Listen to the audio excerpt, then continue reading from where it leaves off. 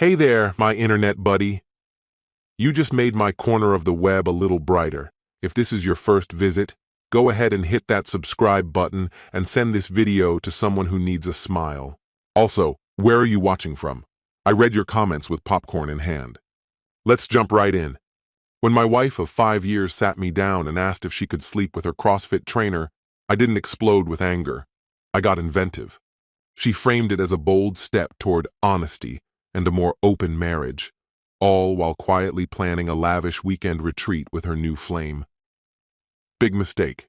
Instead of refusing outright, I designed the perfect plan to turn their dream getaway into pure chaos. By the end, they discovered the hard way that karma has a wicked sense of humor, and revenge tastes best when served with style. You know what's worse than finding out your wife's cheating? Having her ask for your approval first. Yeah, let that sink in. Let me walk you through what might have been the most surreal Wednesday night of my life. My name's Aaron Thompson. I'm 34. Until last week, I thought I had life pretty much figured out. I run a successful auto repair shop in Phoenix, own a decent house in a respectable neighborhood, and had been married to Rebecca for 5 years. Notice I said had? There's a reason for that. I was finishing up paperwork in my home office when Rebecca walked in, holding 2 glasses of wine. Usually when she brings me wine on a random weekday, it means one of 2 things. Either something amazing just happened, or something terrible. This time it was neither. This time, it was something completely unhinged.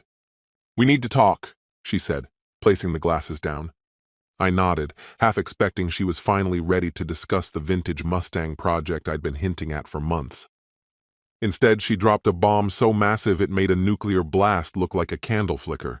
"Aaron, I want to start seeing other people, but I still want to stay married to you." I nearly choked on my wine. "Say that again?" "There's this guy at my CrossFit gym," she continued. "Matthew. We've been talking a lot. Nothing physical yet, but I want it to happen, and I wanted to be upfront about it." The craziest part? She said it like she was suggesting we try a new restaurant. Calm, casual, like she wasn't detonating the foundation of our marriage. "Let me get this straight," I said, carefully setting my glass down before I crushed it in my hand. "You're asking for permission to sleep with your gym buddy and still stay married to me?" "It's not just about sex," Rebecca said, as if that made anything better. "Matthew and we have a connection, but I love you too. I don't want to lose what we have. I thought if we were honest, we could make it work." I laughed. I couldn't help it. The absurdity felt like I'd been dropped into some twisted reality show. "And exactly how did you picture this working out?" I asked. "Well," she murmured, suddenly fascinated by her wine glass. "Matthew and I were thinking about taking a trip this weekend, to Sedona, just to see how things feel." That's when it clicked. She'd already planned everything. This wasn't an emotional confession. It was basically a scheduling notice, like she was informing me the office coffee brand was changing. "Have you completely lost your mind?" I snapped, standing up. "You really think I'm okay with my wife going on a romantic getaway with some CrossFit Romeo?" "I hoped you'd understand," she said, like I was the unreasonable one. "Love isn't finite, Aaron. I can love you both." I walked out of the office without another word and headed straight for the guest room. "Where are you going?" she called after me. "To sleep in a bed that isn't contaminated by total insanity," I shot back, grabbing my pillow. As I shut the door, I heard her mutter something about needing time to think. Oh, I was going to think all right. Just not the way she expected. Lying there, staring at the ceiling, my brain started working overtime. By morning, I had a plan. The next day, first thing, I'd start making calls, gathering supplies, building the blueprint. If Rebecca wanted to play this game, she was about to learn what honesty really looked like. Sleep never came. By 6 a.m., I was already at my shop, not fixing cars but sketching out revenge. The thing about being a mechanic, every problem has a solution as long as you've got the right tools. And I was about to assemble one hell of a toolkit. First stop? My buddy Sean's electronics store. Sean's the kind of tech wizard who could make a smartphone tap dance if he wanted to.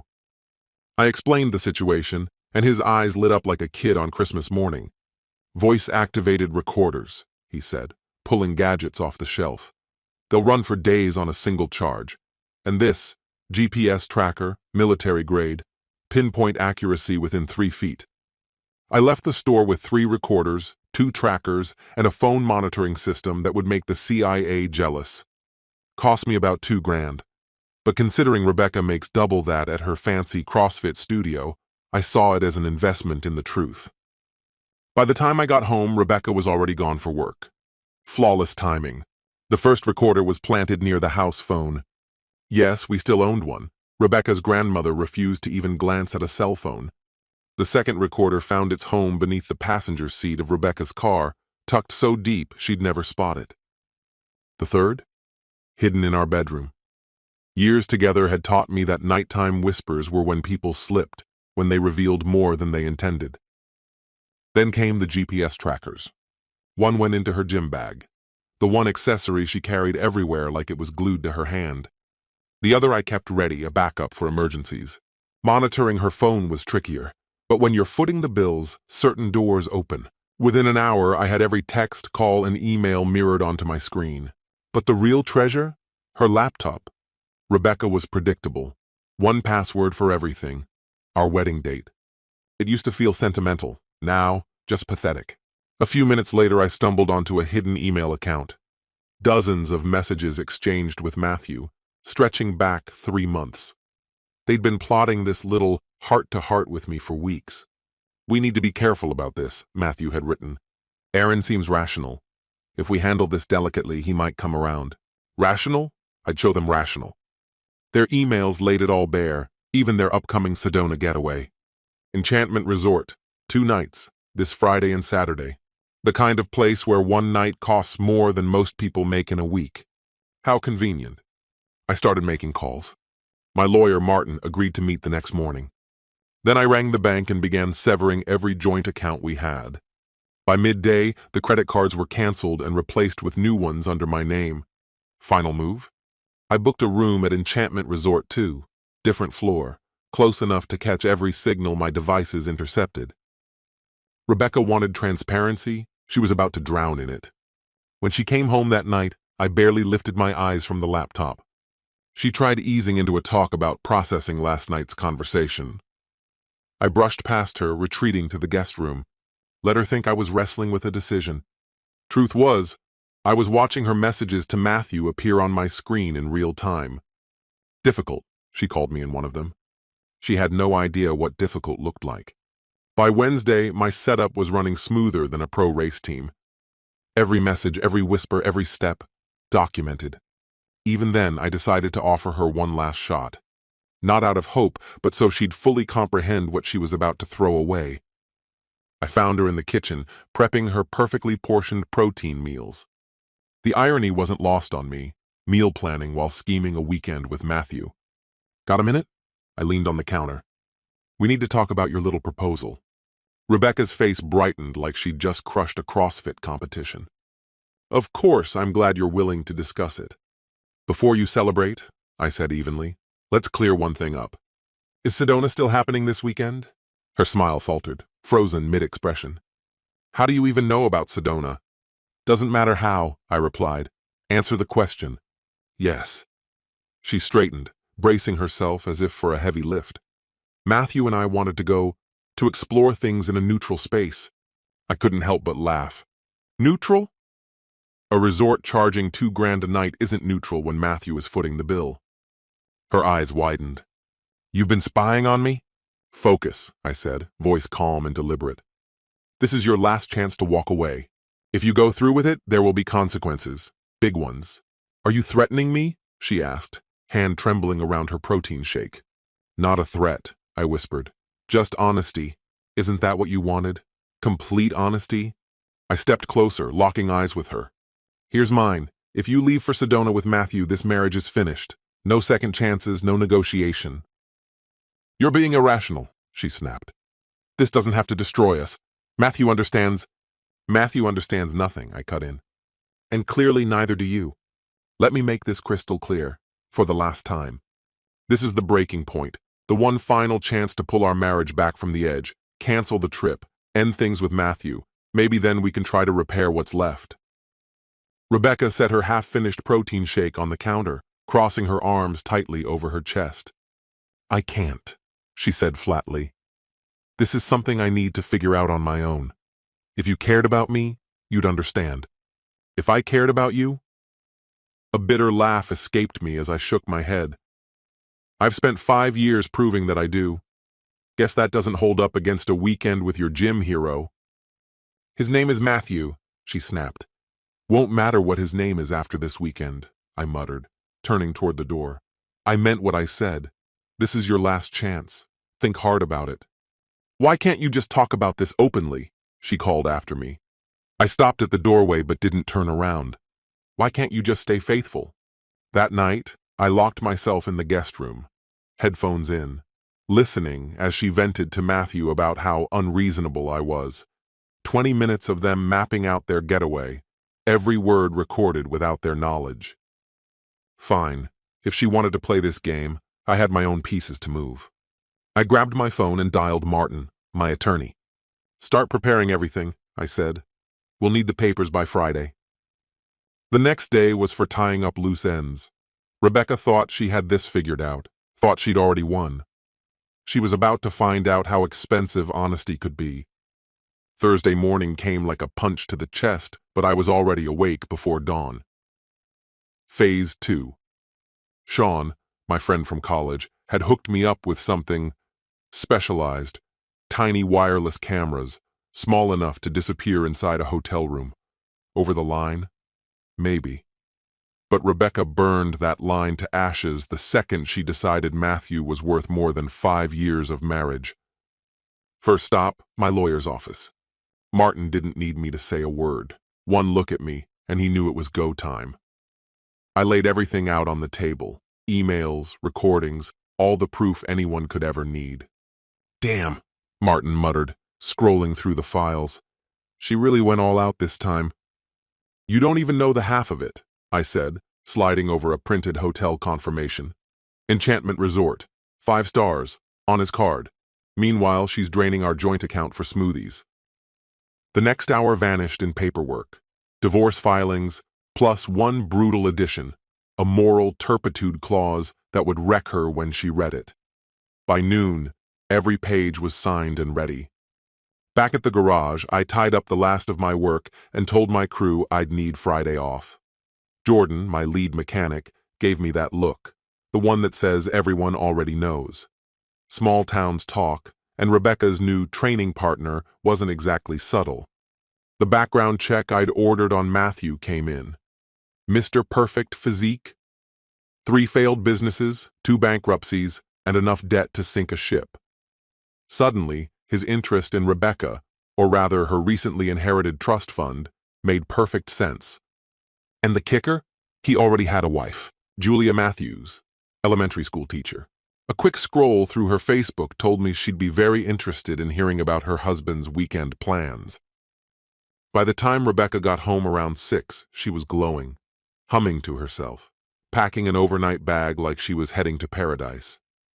I leaned against the doorway, watching her carefully fold the new lingerie she'd bought last week, lingerie charged to our joint credit card, a card that, as of this afternoon, was about as useful as an umbrella in a hurricane. "Going somewhere?" I asked, making her jump. "Yeah, that work retreat I mentioned," she said quickly. "Work retreat." I nodded toward the lingerie. Didn't know work retreats had a dress code. Her cheeks went crimson, but she kept folding. "It's not what you think." "No," I said coolly, "because what I think is exactly what it looks like. You're packing for a weekend with Matthew and tossing 5 years of marriage in the trash." I walked away before she could respond. Let her sit with that.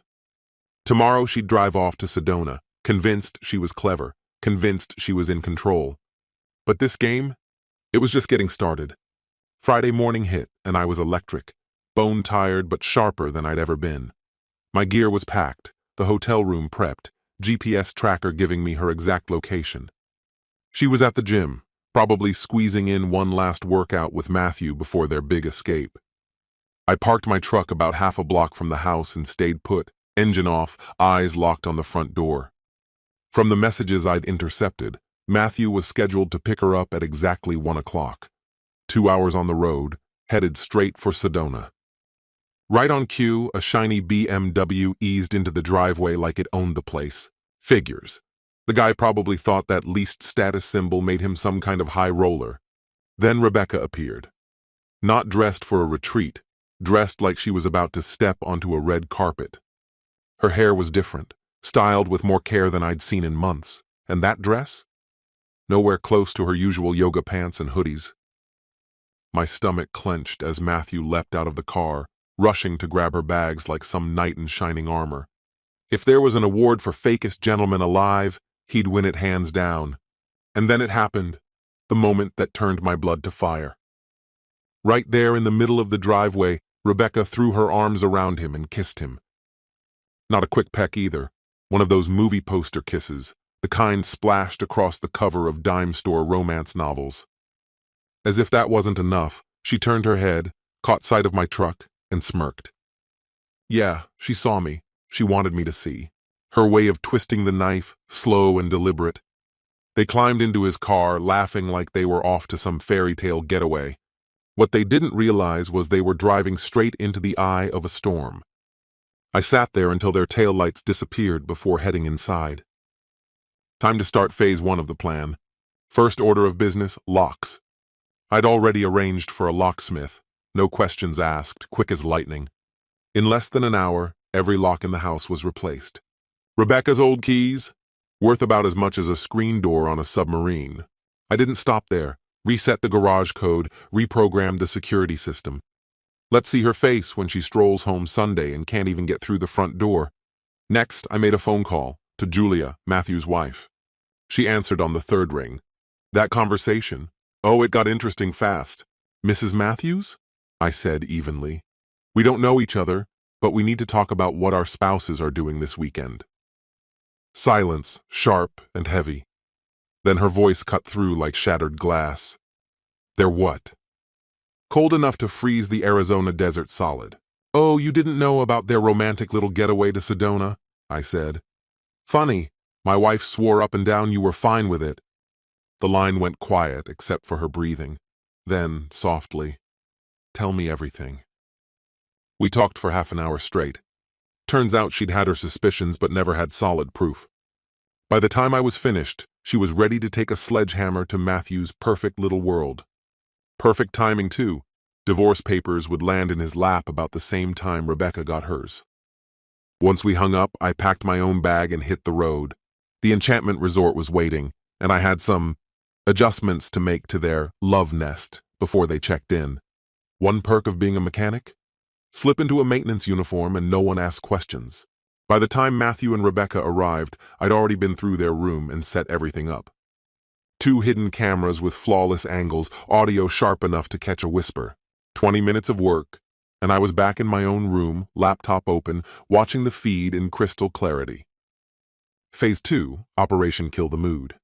They strutted in, smug as cats who'd raided the creamery. Champagne popped, hands wandered. Time to start ruining things.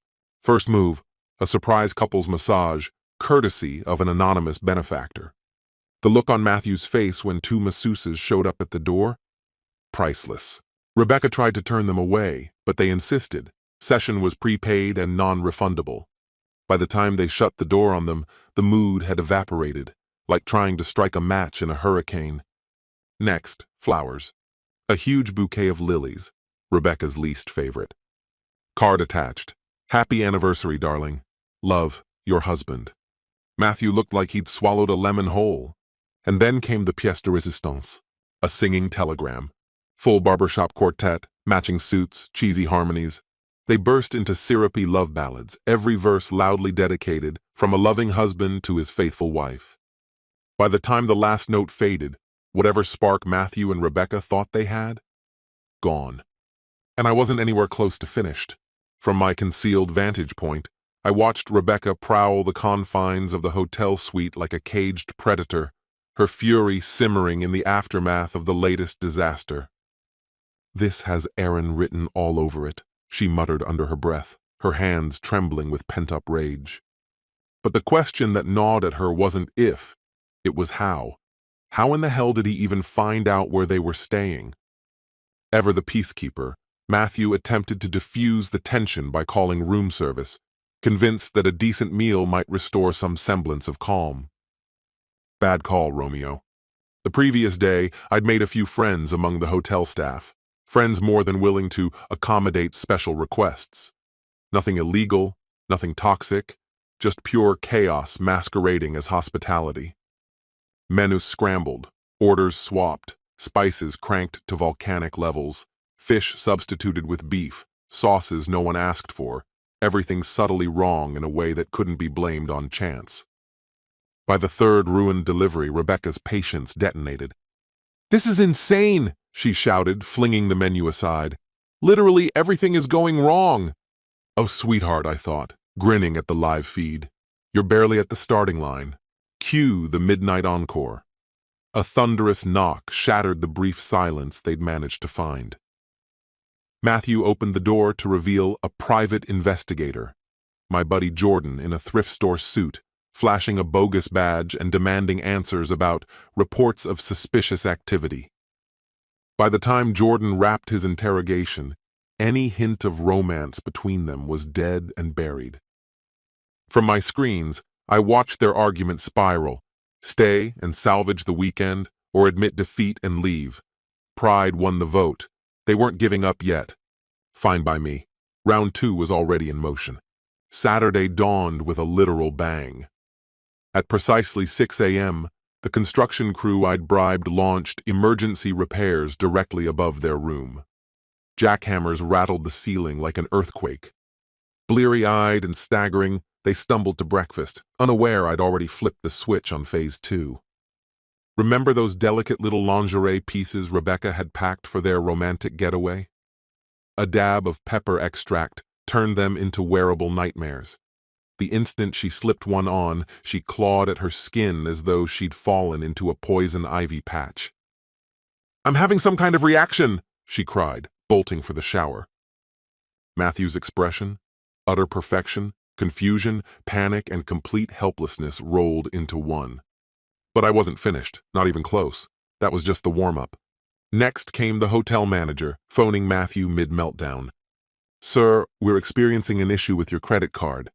Watching Matthew scramble was pure entertainment. I'd tipped off his bank about suspicious activity, and they froze his account faster than ice forming on an Alaskan lake. Rebecca stepped in to help, only to discover her cards were mysteriously declining too. The manager, staying perfectly in character, threatened to involve security if the situation wasn't resolved immediately. "This is ridiculous," Matthew snapped, his suave facade cracking like brittle glass. "Don't worry," I murmured to myself. "Plenty of cash. Oh wait, that bankruptcy paperwork says otherwise." 2 agonizing hours on hold with their banks later, they'd missed their spa appointments, the hiking tour, and what little patience they had left. By the time they managed to patch things up, barely, they looked ready to strangle each other. "Let's just do dinner," Rebecca muttered wearily. "Something normal?" "Normal? That ship sailed hours ago." I'd orchestrated quite the spectacle at the restaurant. Every few minutes, a new delivery arrived. Roses, chocolates, balloons, even a singing telegram, each accompanied by increasingly intimate love notes. "To my darling wife, counting the hours till you're back in my arms." The diners around them swooned at what they thought was some grand romantic gesture. Rebecca wanted to vanish under the table. Matthew's face turned shades of red no paint company has ever catalogued. The pièce de résistance? A skywriter carving a massive heart above the resort. Rebecca plus Aaron forever. Gossip spread like wildfire, staff whispering, guests speculating. By nightfall, Rebecca's rash had worsened, Matthew's finances remained frozen, and the resort collectively believed they were either witnessing the world's most extravagant proposal or its most catastrophic breakup. Through my hidden cameras, I watched Rebecca seethe. "This can't be coincidence," she hissed. "Aaron knows. He has to know." "Impossible," Matthew insisted, though he sounded about as convincing as a turkey 2 days before Thanksgiving. If only they knew what tomorrow held. Compared to that, today was a leisurely stroll. Sunday morning, I set the stage for the finale. While they scrambled to salvage whatever scraps of romance remained, I was preparing Monday's crowning move. My lawyer friend Martin had it cued to perfection. Papers will be served right at 2 p.m., he confirmed over the phone. Smack in the middle of her advanced CrossFit class. Perfect. Couldn't have scripted it better myself. Julia's lawyer had decided the perfect place to serve Matthew was his gym, right in the middle of his workout. Couldn't have scripted it better if I'd tried. The thought alone made me laugh. Divorce papers as part of a warm-up? Now that's motivation. That morning, I reviewed the footage I'd collected from my hidden cameras. Rebecca and Matthew looked about as happy as drenched cats stuck in a storm drain. Whatever spark they'd once had, snuffed out, completely dead. But neither one of them wanted to be the first to walk away. Pride's a dangerous drug. The evidence we'd built? Rock solid, absolute gold. Every word, every argument, every miserable second was recorded crystal clear, enough to make even the most jaded family court judge sit up and take notes. When I handed it all to Julia's lawyer, the guy practically danced. "This is a guaranteed win," he told me. "Matthew won't know what hit him." By midday, I watched them on the feed as they packed their bags. Rebecca looked like she'd been dragged backward through hell. Her allergies were still tearing her apart, and Matthew's frozen credit cards hadn't magically fixed themselves. They were even begging the hotel front desk for cash just to tip housekeeping. "Maybe we should have listened to Aaron," Rebecca muttered, shoving clothes into her bag. "This whole trip's been a disaster." "You don't say, sweetheart." And the best part? The disasters weren't over yet. I had one more surprise lined up for their drive home. Every local radio station for 50 miles had been bribed to play their favorite love songs. Each one dedicated to Rebecca from her adoring husband. Cost me a fortune, but watching Matthew's face turn purple every time another song came on. Worth every penny. Back at my own hotel, I started packing up my equipment. The cameras had done their job. The proof was airtight. Martin had already filed the paperwork for Monday, and Julia's lawyer was itching to drop the bomb. "You sure you don't want them hit at the hotel?" Martin asked during our final call. I shook my head. "Nah, let them stew another night. Monday's going to feel like a freight train." Before shutting the feed for good, I gave their room one last look. They were exhausted, snapping at each other, looking like they'd aged 10 years in 2 days. Mission accomplished. Tomorrow, while they stumbled back into their routines thinking the nightmare was over, they'd find out just how wrong they were. Rebecca would be served mid-instruction at her advanced fitness class. Matthew, right in the middle of training a client. Sometimes karma needs a little nudge. I'd given it a full-on shove off a cliff. They finally pulled into my driveway around 8 o'clock Sunday night. Looking like they'd just survived a war. Rebecca was still clawing at her arms from the allergies, and Matthew's once perfect hair looked like it had lost the battle too. Karma had been working overtime this weekend. I was on the couch watching the game when Rebecca walked in. Matthew, apparently clueless, tried to follow her. "One more step and you're going to need an ambulance," I said without taking my eyes off the TV. He froze where he stood. Rebecca turned to him. "Maybe you should leave." "Yeah," I echoed, finally glancing over. "Unless you want a preview of tomorrow's main event." Matthew bolted like a cat hearing a vacuum. Rebecca crossed her arms and stared at me as his car sped down the driveway. "All right," she said, glaring. "Spit it out. That whole weekend was you, wasn't it?" "Who, me?" I grinned. "Just sitting here watching the game. Though I hear the Enchantment Resort's lovely this time of year." Her face drained of color. "How did you—" "Please, you two weren't exactly criminal masterminds. But hey, let's talk about your weekend. How was the champagne? The room service? Oh wait, credit cards didn't go through, did they?" "You had no right," she snapped. "No right?" I cut her off. "That's rich, coming from someone begging for permission. To shack up with Captain CrossFit. Speaking of rights, sit down. We need to talk about tomorrow." She blinked. "What about tomorrow?" "Well, you've got that advanced class at 2, don't you? Might want to dress nice. You're going to have company." Rebecca sank into the armchair, silent. "What are you even talking about?" "Sweetheart, divorce papers don't just materialize out of thin air. And as for your shiny new boyfriend, he's got a little surprise headed his way too. From his wife, she sends her regards." "His wife?" Rebecca's voice splintered into disbelief. "But He promised me she was fine with us. Yeah, about that, I said with a sharp, humorless laugh. Julia and I had ourselves a nice little chat. Turns out she's just as fine with it as I am. I shook my head slowly. Gotta hand it to Matthew. Takes guts to juggle two lives like that. Not brains, but guts.